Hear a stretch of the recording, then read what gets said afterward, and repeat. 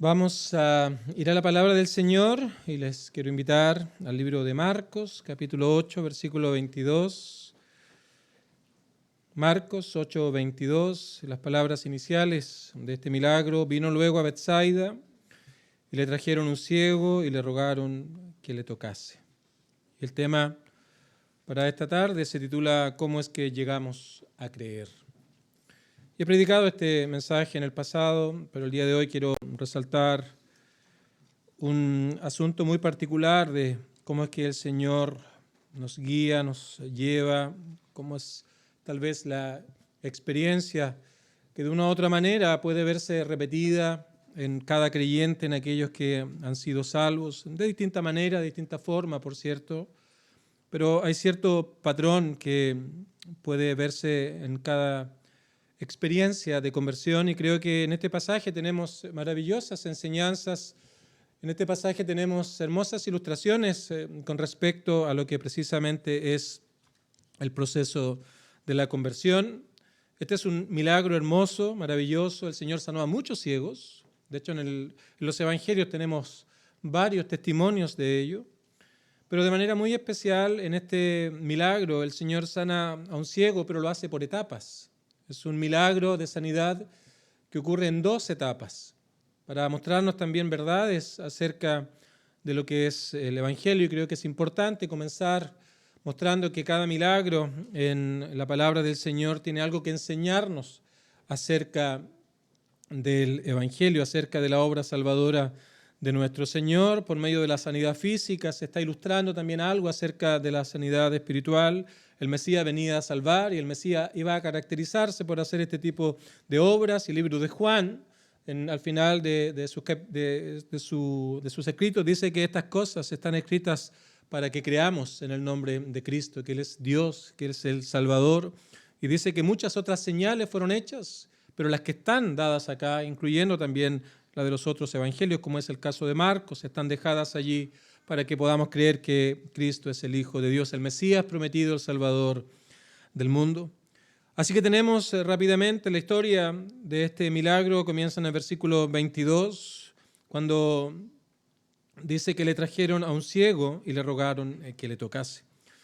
Ser ciego en aquellos años para nadie ya es desconocido, que era algo bastante difícil. Estaba confinado al desamparo, estaba confinado a una vida de gran pobreza, a una vida de mucho lamento.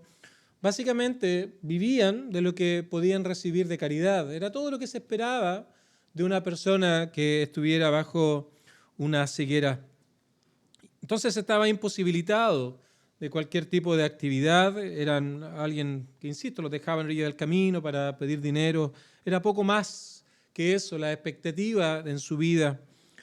Así que por ende estaba también incapacitado de poder venir al Señor, así que comienza el versículo 22 diciendo que le trajeron. Vinieron al Señor con este hombre, no tenemos su nombre, y entonces se lo presentaron al Señor con un ruego, le pidieron que por favor le tocase. Él había hecho milagros, de hecho hasta este espacio de Marcos vemos gran cantidad de milagros, de sanidades, también de obras y señales gloriosas que había hecho para autentificarse como el Mesías que iba a venir ante aquellos que estaban a su alrededor en aquel contexto. Así que era obvio que estas personas sabían y confiaban en que Cristo, Jesús, era aquel que podía dar sanidad a este ciego sin esperanza, a este ciego con una vida de lamento y de tristeza. Así que viene el versículo número 13, donde el Señor fue movido a misericordia y vemos la compasión del Señor porque Él le tomó la mano al ciego, le sacó fuera de la aldea y luego entonces comenzó a obrar el milagro y de manera muy extraña lo vemos aquí en el versículo 23, que escupió en sus ojos, luego puso las manos encima y luego viene la primera pregunta. Así que es una escena bastante en particular porque nos imaginamos al Señor entonces escupiendo los ojos de este ciego, luego poniendo sus manos en los ojos y luego entonces preguntándole, ¿ves algo? Eso es lo que encontramos en el versículo número 23. Es algo anormal para la medicina, por cierto, es algo extraño, algo ridículo inclusive para la ciencia, pero estos son los milagros del Señor. Simplemente escupe, pone las manos encima y le comienza a preguntar y le dice en primer lugar si veía algo. Y la respuesta viene inmediatamente en el versículo 24. Dice que veo los hombres como árboles, pero los veo que andan. Así que la sanidad física fue algo progresivo, fue por medio de etapas. Comenzó a tener vista, pero no tenía claridad, no tenía con certeza lo que estaba viendo. De hecho, lo que hacía era miraba a los hombres como árboles, así que la silueta no era bastante clara. Y por otro lado, los veías que se movían, así que era una imagen tal vez confusa para él, cosas que tal vez no era algo nuevo, era ciego. Así que no podía verlo todo claro, había movimiento, pero había distorsión, como algo que estaba bastante difuminado. Entonces no tenía claridad con la... Ve hombres como árboles simplemente. Nos imaginamos esa escena en relación a este ciego. Pero llega el versículo 25 y el Señor entonces, como segunda parte de este milagro, dice, le puso otra vez las manos sobre los ojos y una vez más le hizo que mirase. Y ahora entonces tenemos que fue restablecido y vio de lejos, y no solamente vio de lejos, sino que vio claramente a todos. Este era el milagro de nuestro Señor, sigue trabajando en él, y ahora la obra de sanidad en su cuerpo, en sus ojos, fue completada, así que ahora podía ver todo de una manera clara, ya veía al hombre con claridad, una silueta evidente, una silueta sin lugar a dudas, ya no era silueta, una realidad.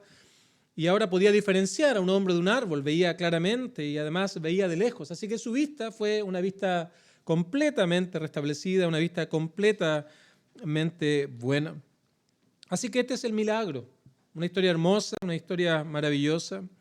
Pero como dije al principio, los milagros tienen un objetivo más allá de mostrarnos simplemente que el Señor tenía poder para sanar la enfermedad, que tenía poder sobre la naturaleza, como también inicia el libro de Marcos, o poder sobre la muerte, sino que también el Señor tenía poder sobre la enfermedad. Pero hay algo más que cada milagro nos ha de mostrar, que tiene que ver con algo acerca del Evangelio, con una verdad acerca del mensaje de salvación, una verdad acerca de nuestra realidad delante de Dios, una verdad acerca de cómo es que podemos ser salvos, una verdad acerca de cómo entonces es que llegamos también a creer. Así que varias cosas se nos ilustran acá, y en primer lugar, la ceguera del hombre no es más que una demostración, una ilustración de lo que la ceguera física es al cuerpo, de lo que la ceguera espiritual ahora es al hombre. Porque más allá de la ceguera física del hombre, aquí se nos ilustra a cada uno de los seres humanos que tiene una ceguera aún peor. La ceguera física le impide ver las cosas de este mundo. La ceguera espiritual le impide ver las cosas espirituales, les impide ver la necesidad de un Salvador, les impide ver la necesidad de Cristo, la necesidad del Evangelio. Y eso es una consecuencia del pecado en el huerto del Edén. Una de esas consecuencias fue morir físicamente, algo que fue inmediato, la sentencia fue ejecutada en ese momento, y el hombre, con el paso de los años, entonces comenzó a experimentar las consecuencias del pecado. Pero también esto involucra una separación más allá de lo físico, sino que es una separación espiritual.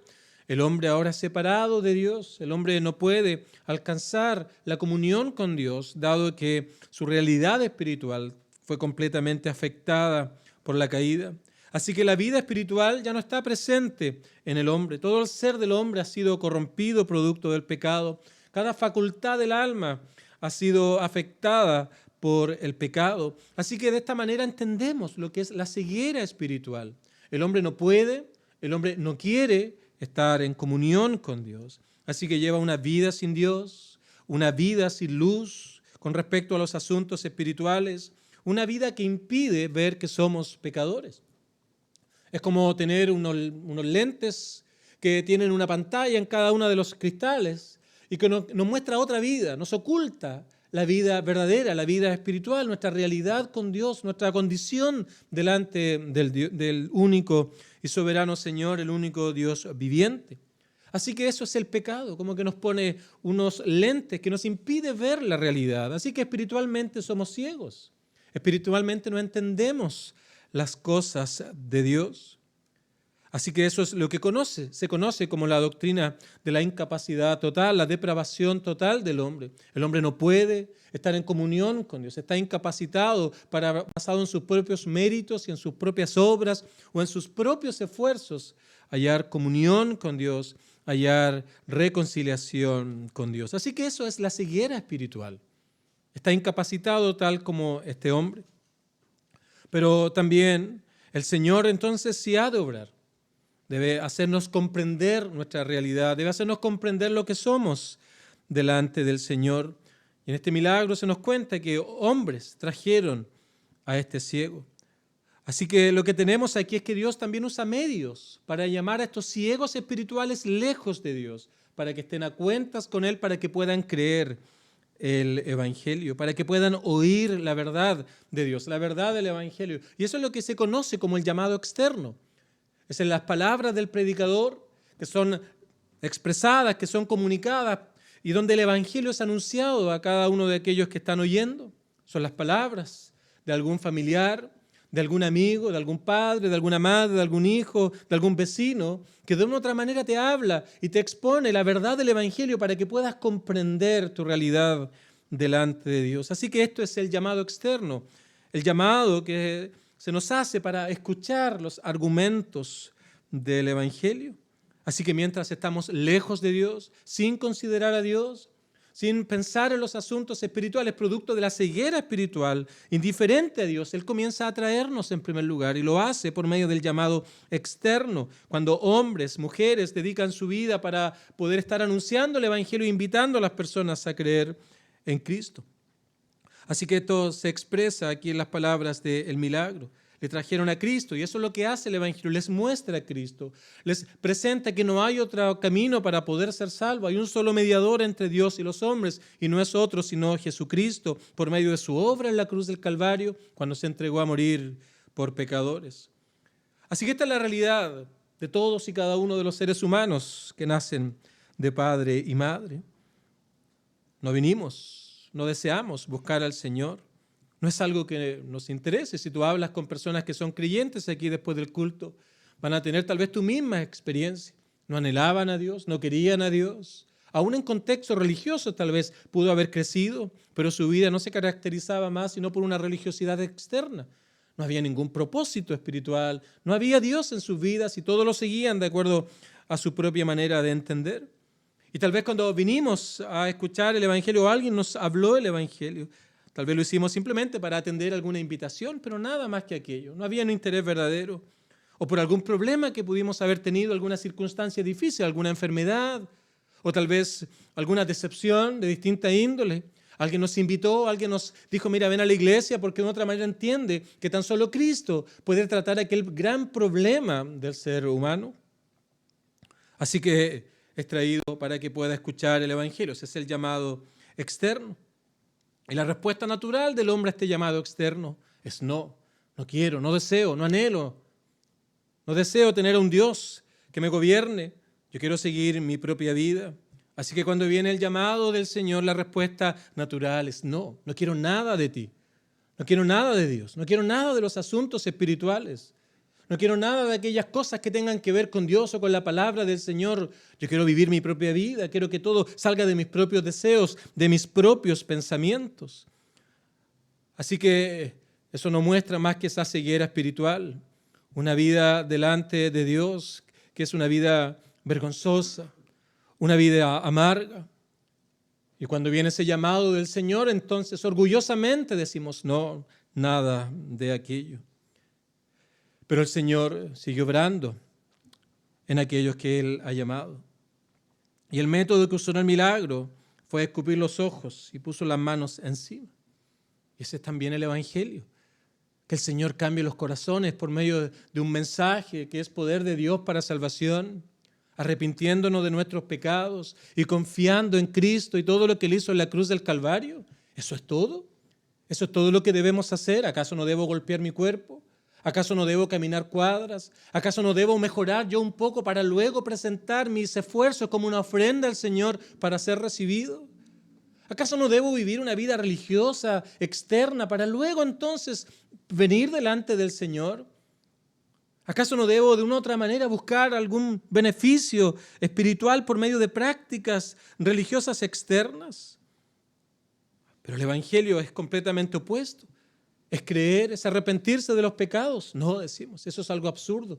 Yo debo merecerme estas cosas. Y de una u otra manera nuestra vida tal vez terminó siendo como una búsqueda de salvación por medio del cumplimiento de ciertas normas. Pero en este llamado externo, el Señor ahora comienza a obrar en aquellos que han de creer. Y a eso le llamamos el llamado interno que Dios hace en el corazón del hombre, dando vida e iluminando aquellas tinieblas de producto de la ceguera espiritual para poder mostrarle su realidad y poder mostrarle que en Cristo tan solo hay salvación y vida eterna. Y de manera hermosa se expresa en estas palabras del milagro. Cuando el Señor entonces escupe y pone sus manos encima y le pregunta si ve algo, él dice, veo los hombres como árboles, pero los veo que andan. Y luego entonces, una vez más, el Señor puso sus manos y ahora su vista fue restablecida, vio de lejos y claramente a todos. Y esto nos habla que en primer lugar la conversión que Dios hace la mayoría de las veces es una conversión progresiva. Primero los árboles, o los hombres como árboles que caminan, pero luego aquello comienza a venir con mayor claridad. Me gusta ilustrar este proceso como estos antiguos relojes que son redondos, ¿no es cierto? Y que no dejan dormir porque el tic-tac está todo el rato sonando. Pero cuando uno pone la alarma, en particular, en la mañana, es como estamos tan profundamente dormidos que a lo lejos escuchamos un sonido muy tenue al principio, pero que con el paso de los segundos comienza a expandirse, a crecer, de tal manera que finalmente despertamos. Y de esa manera quiero mostrar esta progresión dentro de la conversión. En primer lugar, son como hombres como árboles, pero que caminan. No es claro, es un sonido tal vez muy débil que comienza a venir. Pero de esa misma manera, entonces, este llamado externo que Dios hace por medio del predicador o de alguien que te habla, ahora el Espíritu Santo comienza a llamarnos internamente y a hacernos entender y poder ver de una manera tenue al principio lo que realmente es el mensaje del Evangelio. Así que comienza a venir un cierto grado de entendimiento, pero no lo puedes ver claramente, no lo puedes ver todo claro, no puedes entender todavía porque era necesario que Cristo muriese en la cruz del Calvario, porque era necesario que Cristo resucitase. Tal vez no tienes claridad con respecto a por qué debo orar al Señor y arrepentirme y confesar mis pecados y por qué debo confiar en Cristo. O tal vez no tienes claridad realmente qué significa creer en Cristo, qué significa confiar en Él, qué significa verle a Él como el único mediador y el único Salvador. Comienzas a entender cosas, comienzas a comprender y a tener cierto entendimiento, pero aún no con claridad. Aún no hay una claridad plena con respecto a esto. Pero el Señor entonces, usando el llamado externo, comienza a mostrarnos la necesidad que tenemos de Cristo.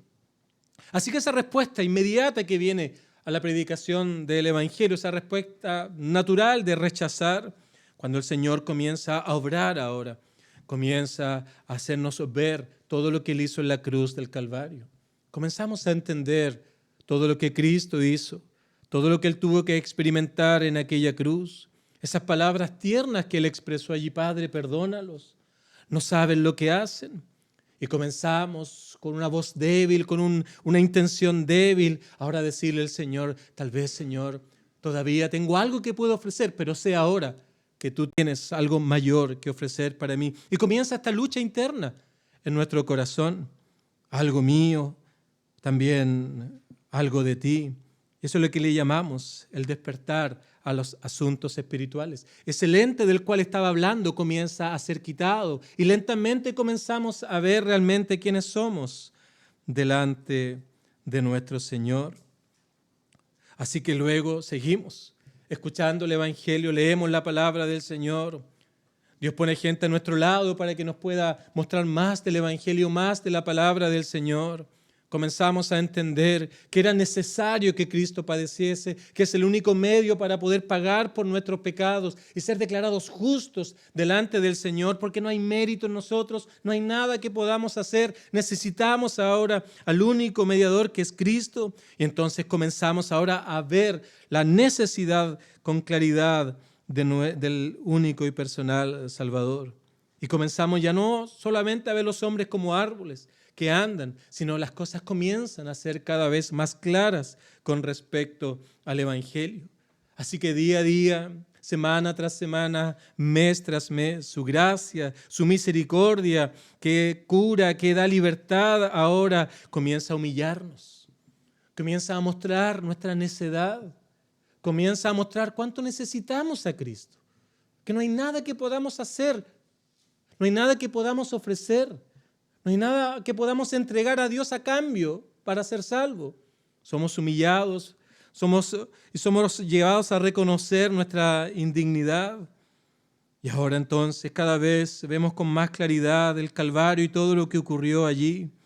Vemos con mayor claridad que era necesario ahora que realmente Cristo padeciese, y vemos la necesidad de que Él padeciese por mí en la cruz del Calvario, si yo he de ser salvo. Así que vemos a Cristo, vemos su obra en la cruz del Calvario, que Él vino a morir por pecadores. Esa expiación es suficiente, no necesitamos añadirle nada más, no necesitamos quitarle nada más. Es todo lo que necesitamos para estar a cuentas con nuestro Señor.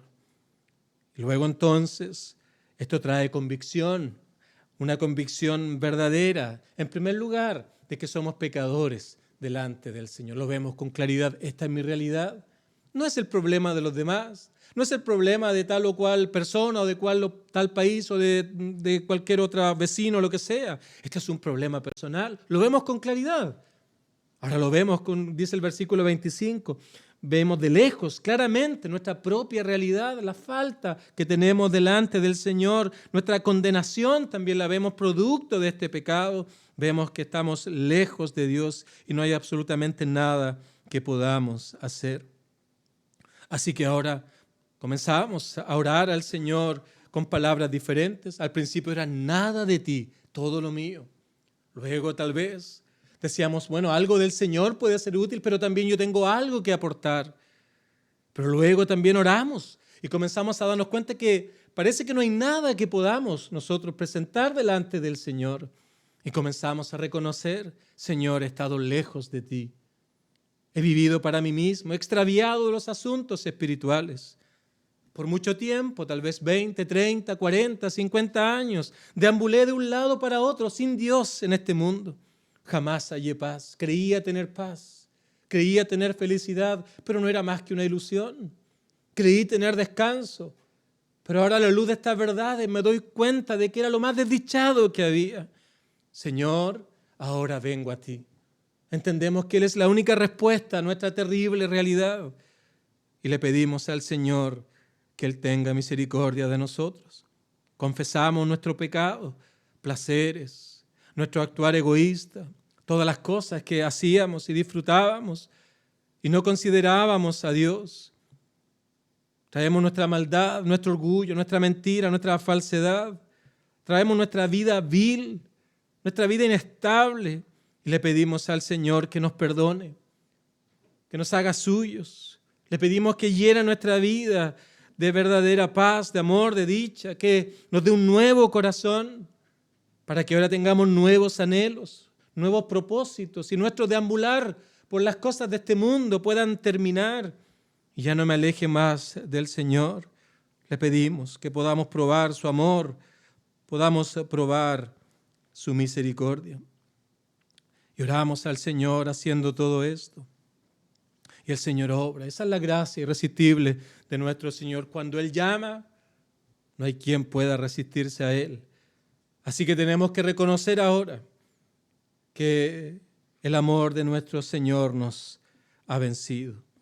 Él pone una vez más las manos sobre los ojos y lo hizo que mirase y ahora fue restablecido, vio lejos y claramente a todos. La obra había sido completada y ahora el hombre reconocía que no había nada, absolutamente nada que pudiera hacer por sí mismo y pone toda su confianza, pone toda su fe en Cristo. Eso es fe, eso es confianza. En primero conozco mi realidad, acepto mi realidad, conozco que hay un Salvador, acepto el mensaje de la Biblia y ahora confío con todo mi ser en que tan solo por medio de Cristo es que yo puedo ser salvo de mis pecados, puedo ser perdonado, puedo ser reconciliado con Dios y escapar de la ira venidera.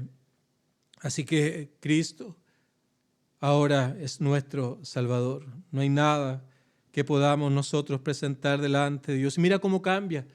Eso es como el Señor salva las almas. Al principio todo era confianza en nosotros mismos. Nuestro anhelo no era más que satisfacernos a nosotros mismos, pero por medio de la predicación el Señor va trabajando en nuestra vida, por medio del llamado externo del Evangelio y la obra del Espíritu interna, el ser, vamos cambiando nuestro corazón, cambiando nuestra realidad. Y ya comprendemos ahora que Cristo tiene algo que entregarnos, pero seguimos tal vez amando parte de aquellas cosas que antes amábamos y el Señor sigue trabajando, nos va mostrando con claridad. Y al finalmente llegamos a orar al Señor, nada mío, no hay nada que pueda ofrecer a ti, no hay nada que pueda traer como una ofrenda agradable a ti. Señor, todo viene de ti por medio de todo de lo que Cristo hizo en la cruz del Calvario y confías en Él. Y dices, Señor, yo sé que eso es suficiente, que la obra de Cristo en la cruz del Calvario es suficiente para obtener perdón, para obtener reconciliación y para tener comunión contigo. Señor, aquí está mi vida, esto es todo lo que soy. Si he de traer algo a ti, no es más que mi pecado confesado para recibir el perdón gratuito que viene de parte tuya basado en los méritos de nuestro amado Salvador, el Señor Jesucristo. Todo esto se nos ilustra aquí en este hermoso milagro. Al principio no había nada que pudiéramos hacer y todo lo basábamos en nuestras propias fuerzas, pero alguien nos habló, alguien nos invitó, alguien ocupó su tiempo para preocuparse por tu alma. ¿Cuántas gracias debe darles al Señor por todo esto?